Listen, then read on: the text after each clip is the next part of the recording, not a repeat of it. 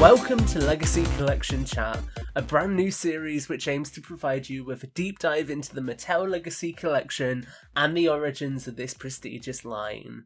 I'm your host for this series, Tom Jurassic, and with me today is the man himself, JC. Hey Tom, how's it going? You okay? Yeah, doing good, thank you, mate. How are you? Yeah, good. Looking forward to another episode. Yeah, I think this will be a fun one. So as we alluded to in our previous episode where we looked at the 6-packs that have been released under this line, multi-packs often provide toy retailers with a way to give us more of the items that we want in a smartly packaged format. And nowhere is this truer than the ill-fated Legacy Collection story packs, which aim to combine a human and a dinosaur in a single pack. These items saw incredibly limited releases in Mexico and elsewhere across the world, and friend of the channel Collect Jurassic brought us a closer look at them. But beyond this closer look on Tim's channel, the story packs of the Legacy Collection have fallen into relative obscurity. Today we aim to shine the spotlight on them as we discuss them in episode 6 of Legacy Collection Chat. So JC, were you aware that these story packs existed, and what do you think of them? So yeah, I was aware of these, and I thought as a concept it was a really awesome idea, and I assumed that they would be as readily available as the single figure packs. Because of that, I thought, figure plus dinosaur with an accessory. I thought that's going to be, hotcakes. That's going to be really, really big. Yeah. And then I remember seeing the images of the actual products and thinking, they look a little bit underwhelming. Yeah. I would say probably the one that appealed to me most was the Muldoon set, just because. Interesting. Well, just because we have Muldoon first of all as a figure. Yeah. Which was cool, but also the Raptor looked, in coloration and paint apps, looked fairly consistent with what we see in Jurassic Park. Not 100%, but, close. Yeah. But it also came with his Spaz Franchi shotgun, which is like, a gun accessory in this day and age. It's like really scarce for some reason. Yeah. So whether the line got, cut back because of that, because it included a firearm, because after this point it seems like firearms are quite hard to come by. But yeah, that set did appeal to me the most. The Alan one, the Alan Grant with the JP3 Raptor, really appealed to me, and I thought, wow, a JP3 Raptor figure, until I saw the image of it, and the paint apps on the Raptor are miserable. Like, really lacking. Like, the Alan, the Raptor has barely any paint on it. It's white, but it has barely any paint on it. It's really, really strange. But he does come with eggs, which is a pretty cool little accessory. So yeah, I loved the idea, but I just didn't like the execution. Probably the Ian Malcolm pack was the best one with the Tiger Stripe Lost World Raptor and Ian Malcolm. That was cool. No accessory for some reason. I don't know if that pack ever made it past the initial photos as well. Okay, so maybe it wasn't even out there. Yeah, I'd have to double check Tim's channel, but I'm not sure that one ever made it into the wild. Yeah, or if it did, it was very limited. Right, because I seem to remember on the secondary market, Alan and Muldoon going for around $70 or something initially, and that would be from overseas as well. So you'd have the shipping cost of getting them, which put me off right away. I was like, $70 straight out, on the shelves. I was thinking that's pretty expensive. I'll probably wait. And then since they've just gone up and up and up until the point where they're just like hundreds of dollars each now. So I mean, there's no chance of me bothering getting those really. It's not really worth it for that price for me personally. But yeah, I mean, interesting packs. It's just a shame that they're so scarce. It's an interesting observation about Muldoon as well, because obviously he does come packaged with the Raptor and the Spaz 12. But then we got the single car pack version of Muldoon, which has got the Spaz 12 as well. Oh, it has? Okay, sorry. Yeah, so I was going to say, at that point where you get this sort of single car back figure with the Spaz 12 anyway, does that kind of limit the appeal of the broader 2-pack a little bit? I think it depends, because I just thought it would give people another option. I thought this would be so numerous, like the human figures, that it would be a way to get, if you're a big Muldoon fan, maybe you wouldn't want to get the Muldoon pack. Maybe you'd want to get Muldoon and the Raptor. Yeah. Because they're so, part of the same, little sequence. So I think, I thought they'd just be really common and really easy to get hold of. Especially when it was Jurassic Park 3, themed with Alan Grant. I thought, well, that's going to sell because, the Spinosaurus is really popular. So I thought that would be one that would be really readily available. And the paint apps on it, I just thought, oh, it's made really cheaply. Maybe that's because they made so many of them. Yeah. That actually it's going to sell anyway, even though it's not great. It's just a funny one. I just thought they'd be really, really easy to get hold of. Yeah, it's interesting. I am going to touch on, just for anyone listening who's intrigued as to where the observation about the Spaz 12 came from as well. That's partly baked into the fact that the Amber Collection Robert Muldoon figure, which was released a couple of years later, didn't actually include the Spaz 12, and instead it included one of the cattle prods that the other Jurassic Park workers use at the start of the film. Yeah, so it's a really interesting alternate inclusion and the exclusion of the firearm there, which is... It's so signature to... And actually, even in the Iron Studios, Muldoon and Raptor set that I've got, Clever Girl from Iron Studios, the statue, that doesn't include his shotgun either, and it's something that I raised in the video. When you look at the actual shots, the promotional shots, and also the shot in the film, he has the gun on him. Yeah. And it's such a signature part of his costume and his outfit and his look that it's really weird that it wasn't included. So it does seem like there's trying to avoid putting firearms in these toys and figures and stuff. So I would speculate it's a licensing issue with Frenchie specifically. Because maybe. Owen in the newest story pack with Beta does include his lever action rifle again, and it's a brand new sculpt for it. Right. So I would hazard a guess that because the Spaz 12 is so iconic, maybe there's some licensing problems there. Do you think that's why maybe it's so scarce? Maybe they cut it off? It's quite possible. Yeah, because he does have his...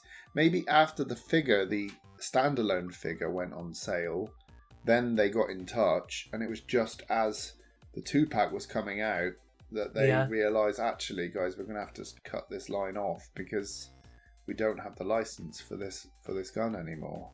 Yeah, I think there definitely could be a deeper story there, but obviously, if there is, we're never going to know, which is frustrating. I thought maybe it was a firearms thing because of all that was going on in the press, in those sort of years of what was going on in schools with firearms, and that's awful. But in terms of like a fictional character, it's part of his signature look. So it seemed weird to start excluding that from his, from figures that have been released and statues. Yeah. But well, if you know the story behind it, let us know in the comments down below, because we'd love to know more about that.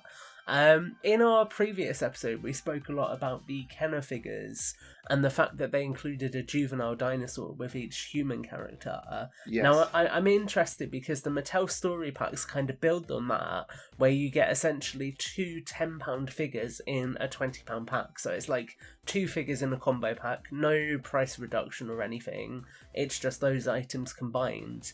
So did Kenner ever do that, where they scaled it up to 2 of those smaller budget figures in one pack, or was it only ever the juvenile dinosaur and a human that got that sort of combined treatment, if that makes sense? I'm trying to think. I don't think we did get 2 packs like that. Interesting. Not in the Kenner like Series 1 lineup. To Series 2, I'm trying to think. I don't think we did either. Yeah. I think it's only when we got to like the Lost World that we had the Hunter pack, the Tracker Hunter pack that I mentioned. We did later on have the Jurassic Park Dinosaurs line, which I think came with like multi-packs. It might have come with a figure and a dinosaur, but I didn't ever collect that set, so I'm not 100% certain. But I thought there were dinosaur and figure packs that came later on. And there was the Allosaurus and the... Mercenary, wasn't it? The Mercenary one, that's right. And that came with a figure in the Allosaurus, and then there was the ceratopsian one as well, Yeah. which came with a figure. So yeah, they have done it there. I don't know if they Wasn't were owned that by the Hasbro at that point. Pachyrhinosaurus? Pachyrhinosaurus, yeah, that was it. Yeah. So that was probably my earliest introduction to figures. Yeah. But like I said, in the Lost World, you did have that Hunter Tracker set that I really vividly remember getting from Argos. So that was probably the first instance of it that I can remember. And again, if you can remember any other examples of the Jurassic Park dinosaurs line having those kinds of playsets, then do let us know below, because I'm sure we both love to read more about those as well. Yeah, absolutely. Yeah, if they did exist, that would be amazing. So as we touched on, the JP3 pack is definitely the standout here, and it's interesting to hear you so dissatisfied, I think is a fair word, with the Raptor here, because I always remember thinking it's not perfect, but it's cool that we're getting a JP3 Raptor. And then obviously you get Alan Grant, who is a slight repaint, and he's got that new satchel piece and also those new egg pieces you mentioned. Yes. So I think you've already covered the initial question I was going to ask, which was, what do you think of this pack? But I was interested, how do you feel specifically about re-releases of action figures where they have new accessories? So obviously we see that here. We saw it in the Amber collection with Ian Malcolm, who got a slightly different paint up and some different accessories. Do you think there's a place for that kind of approach in a toy line, or do you think it takes up slots that could be filled by something else? I think it's inevitable that you're going to get these, you know, re-releases. I think actually, in this case, this is one example where it's done substantially enough to make it worthwhile. There is a line that you have to cross. And I think in this case, it's Jurassic Park 3. So he's moved him from Jurassic Park to Jurassic Park 3 figure. He's got the satchel, he's got the eggs, and he's got a Jurassic Park 3 Raptor. I would say that that's a substantial enough set to make it worthwhile getting. Now, the Ian Malcolm adjustment, the paint apps and the extra accessory, I would say it's a little bit frustrating. And I'd say it's frustrating probably for the Amber collection collector because it's a higher end figure. So when you buy it, you're kind of investing in it being a collector's figure. And for them to slightly alter it and re-release it, I would probably expect it's a bit frustrating considering the higher ticket price. Yeah. You're sort of expecting it to be the best it can be the first time, aren't you? Exactly. So in that case, it's even more frustrating. But I would say if you're going to reuse or redo stuff, I would say this Velociraptor and Alan Grant set is a good example of how to do it, were it not for these paint apps on the Raptor that for me just really let it down. Like when you look at the Raptor in Jurassic Park 3 and you look at this toy that's supposed to be a representation of that, it's really poor. It's not accurate in the slightest. So that's the main disappointing part, I'd say, about this set. But in terms of the idea, I'd say it makes that accessory switch worthwhile for it being, you know, Jurassic Park 3 themed. Yeah, no, that makes sense, and I think it is all about the value that those accessories add, like you say. Yes, I think exactly. The satchel is such an iconic part of the third film that it really is an accessory that you want to have as a collector. Exactly. So in that regard, there's a lot more value here than just throwing in walkie-talkie and a little bit of dirt on a figure. It's two very different things. Exactly. So we touched on a little bit why we don't think these story packs were successful, but I was interested, are there any other reasons why you think they might not have resonated with collectors? And do you think that there is a market for this kind of item where it is a adult-sized dinosaur, an adult human, and a couple of accessories? And do you think that's something that adult collectors would want to invest in? Yeah, I think so. I think this is still a sought-after figure set. I think people still collect these and want these. So I mean, I would love to get my hands on the JP3 one at some point. Yeah, so I mean, that just says it all. I think the fact that it's got such a high price shows that actually it's still sought after and regarded as valuable because it's so scarce and people want it. So I would say there's real value in these sets, and they it's a shame they didn't just pump out a load of these because I think this is one that, for me as a legacy line collector, I'd pick the Muldoon one and the Alan Grant one up probably. The Malcolm pack, I don't know whether it's worth more, because I tend to collect more Jurassic Park, and I'd be getting the JP3 one because for me that feels, I don't know, it just feels like they got it so spot on with the little satchel and the eggs. I just think that's a cool idea. Yeah. So I just think it's a shame that there just weren't more of these out there, because I think it would have sold really well. I think it still would if they decided to re-release it now. Well, it's almost as if you've read the script for this episode, JC. Oh no! Because I was about to ask you. Let's say we're in a fictional world where these have been re-released and we're going to keep getting story packs. Yes. If you could create your own Legacy Collection story packs, what would you want to see them include and why? Oh gosh. So what's a human figure and a dinosaur figure? Yeah. Give me like your initial wave. Gosh, there's a lot. And the thing is, they've done a few of them already. So it'd be like Nedry and the Dilophosaur would be a go-to instantly, because that's a scenario where you've got one human figure and one dinosaur. But that might actually be a nice set for those who don't want to get it with the Jeep, So actually, and they could do improved paint apps on the Dilophosaurus, because it's just and the Nedry. Yeah, and the Nedry, because it could just be. You could also have. I don't know. Gosh, you could do loads. You could do Ludlow or Ludlow and the baby Rex. You could do Tembo and the baby Rex. You could do loads. There's just loads of cool little sets that you could do. Sarah and the juvenile. Sarah and the juvenile. That's an obvious one. I should have said that. Yeah, I mean, there's loads, isn't there? Billy and the Raptor, Billy and the Pteranodon with some hang glidery accessories in some form. I don't know what they do, but there's loads you could do there. I like it.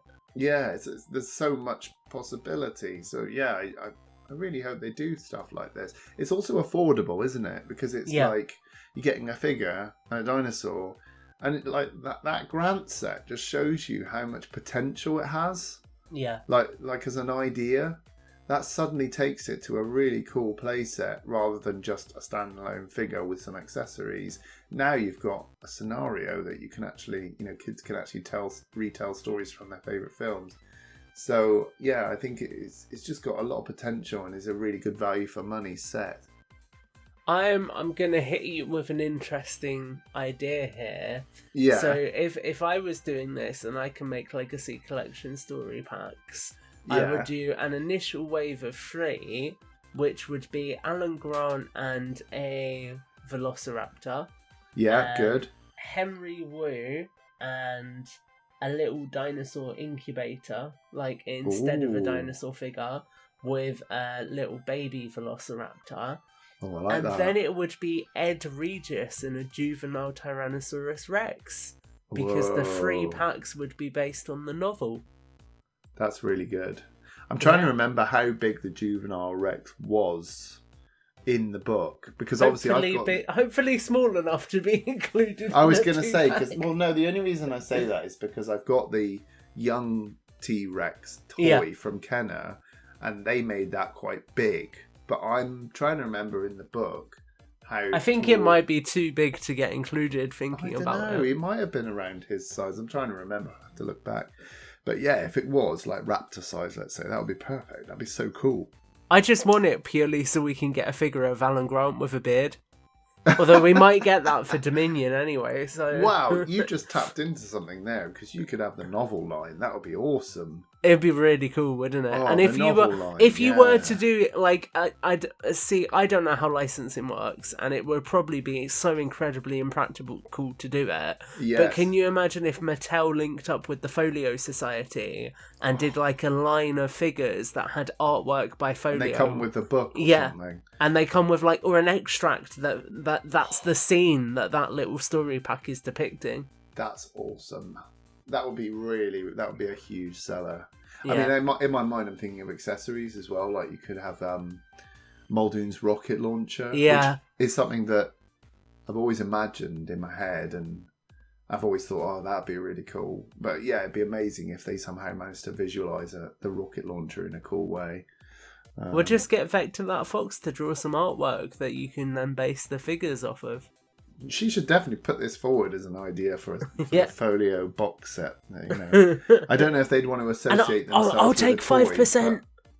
but yeah, yeah. As in making it a collector's line, I guess. Yeah, I guess it would be a cool set. It would work, I think. That's my pitch. There you go. Brilliant. So with that little bit of mind blown JC, that brings it to a close for this episode. Mind truly blown. Yeah. So we'll get out of here before we start to delve into the land of talking nonsense. So with all of that said, that is it for this episode of Legacy Collection Chat. Do stay tuned to Jurassic Collectables across social media, as we'll have more episodes of the show throughout 2022. I'm not going to say as we approach the release of Dominion, because it might already be here by the time you're listening to this episode. So if it is, we look forward to experiencing the new film with you. You can also find me at Tom Jurassic across social media. JC, why don't you sign off? So don't forget, guys, rate, comment and subscribe, and we'll see you in the next episode of Legacy Chat.